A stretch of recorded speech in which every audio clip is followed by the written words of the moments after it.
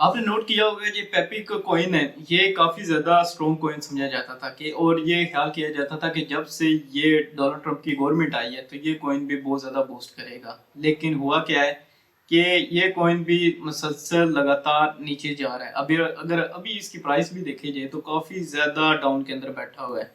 बहरहाल बहरहाल अभी ये देखें कि पीपी का ये कॉइन है, तो इसकी अगर मार्केट कैप का अगर देखा जाए 3.29 बिलियन इसकी है, और वॉल्यूम भी इसका 69 मिलियन मिलियन के ऊपर ये बैठा हुआ है। तो टोटल सप्लाई भी देखें ठीक है, ग्राफ जो अभी मुझे शो कर रहा है ये भी ऑलमोस्ट ऊपर जाने की तरफ जा रहा है। मैं जो टाइम फ्रेम देख रहा हूँ डे वन के ऊपर, जो कॉइन मार्केट कैप है इसके ऊपर देख रहा हूँ। तो अभी तो कम्प्लीटली एनालाइज यहाँ से जाके पता चलेगा कि मैंने इसका फुल चार्ट ओपन कर लिया, और इसकी अगर टाइम फ्रेम मैंने देखें, इसमें से टाइम फ्रेम मैंने सेलेक्ट किया हुआ डे वन का, यहाँ से टाइम फ्रेम यहाँ से सिलेक्शन हो जाती है। अगर आपने भी कोई टाइम फ्रेम चेंज करना है तो यहाँ से कर सकते हैं। तो ये टाइम फ्रेम मैंने चेंज कर लिया। अगर इसकी हाई लेवल को अगर देखा जाए तो ये गया है जी 0.00028, मीन के बहुत ज्यादा अभी इसकी प्रोकॉइन की प्राइस से नीचे बैठी हुई है। तो यहाँ से भी और मजीद ये नीचे डाउन गया हुआ है। अब इसमें बहुत सारे फैक्टर हैं। एक तो ये फैक्टर है कि जितनी भी क्रिप्टो की मार्केट है, जितने भी मेमी कोइन हो गया, जो मेजर कोइन है जिनका मार्केट कैप बहुत ज्यादा है, वो भी नीचे गिरे हुए हैं। तो अभी तो अगर इस करंट की पोजीशन के ऊपर भी अगर इसका अंदाजा लगाया जाए तो ये बैठा हुआ है मेन अपनी सपोर्ट लेवल के ऊपर। ये मोस्ट इंपॉर्टेंट सपोर्ट लेवल है इसकी। तो अगर तो आप नोट करें कि यहाँ से अगर मार्केट नीचे गिरती है, या यहाँ से अगर ये प्राइस नीचे यहाँ से चली जाती है, तो फिर तो ये कॉइन और नीचे सेंटों के अंदर चला जाएगा। अब कहा कुछ भी नहीं जा सकता, क्योंकि हो सकता है ये नीचे भी चला जाए।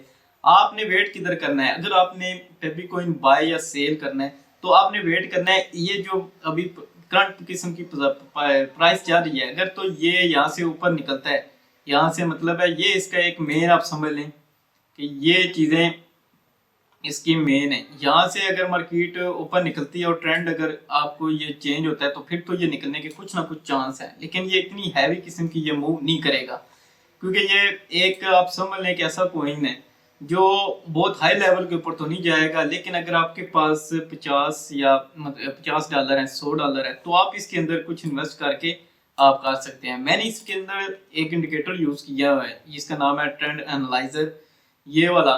तो ये मुझे ट्रेंड एनालाइज करके आपने नोट की होगी, जहाँ से सेल का स्टार्ट होता है वहां से ये लाइन को रेड कर देता है, जहाँ से बाइंग का स्टार्ट होता है वहां से ग्रीन ये कलर शो कर देता है।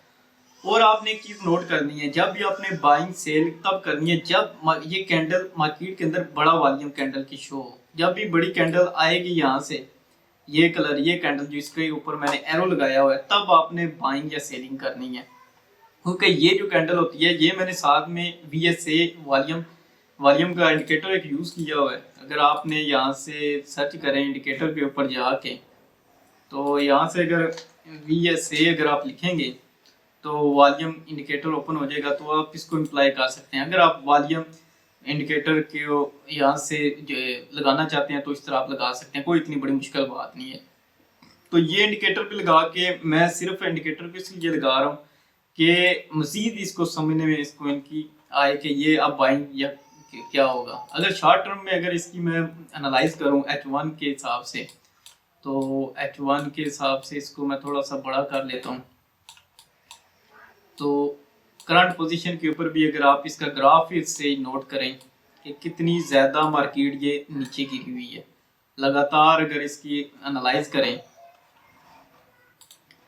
यहाँ से भी जारी बात है, यहाँ से H1 के अंदर तो ऊपर मार्केट उठी है, यहाँ से भी देखें ये वाला मीन्स के ये जो ग्राफ पड़े हुए हैं यहाँ, ये जो क्लाउड है ये वाला, ये भी शो कर रहा है कि अगर यहाँ से मार्केट निकली तो ऊपर निकलने के चांस हैं। ये मैं शॉर्ट टर्म के लिए यूज कर रहा हूँ H1 को यूज करके। तो आपने इसमें लॉन्ग टर्म में रिलाई नहीं करना। अगर आप शॉर्ट टर्म ट्रेडिंग करना चाहते हैं तो ये आपके लिए बेस्ट है कि आपने फिर ये जो प्राइस है यहाँ से 820 लिखी हुई एंड के ऊपर, यहाँ तक आप वेट कर लें थोड़ा सा, अगर आप बाय करने के चांस में। अगर ये नीचे आ जाती है तो आपको यहाँ ना बाय करनी है ना सेल, क्योंकि ये वाला जो जोन है ये वाला, ये ज़रा आपको वेट आपने इस जोन के अंदर करना है, कोई भी आपने इसके अंदर ट्रेड नहीं करनी, क्योंकि जब तक आपको कंफर्मेशन नहीं मिल जाती कि बाय करें या सेल करें, तब तक आपने इसका वेट ही करना है। एकदम से ट्रेड आपने इसके अंदर बाय या सेल पेपी कोइन को नहीं करना।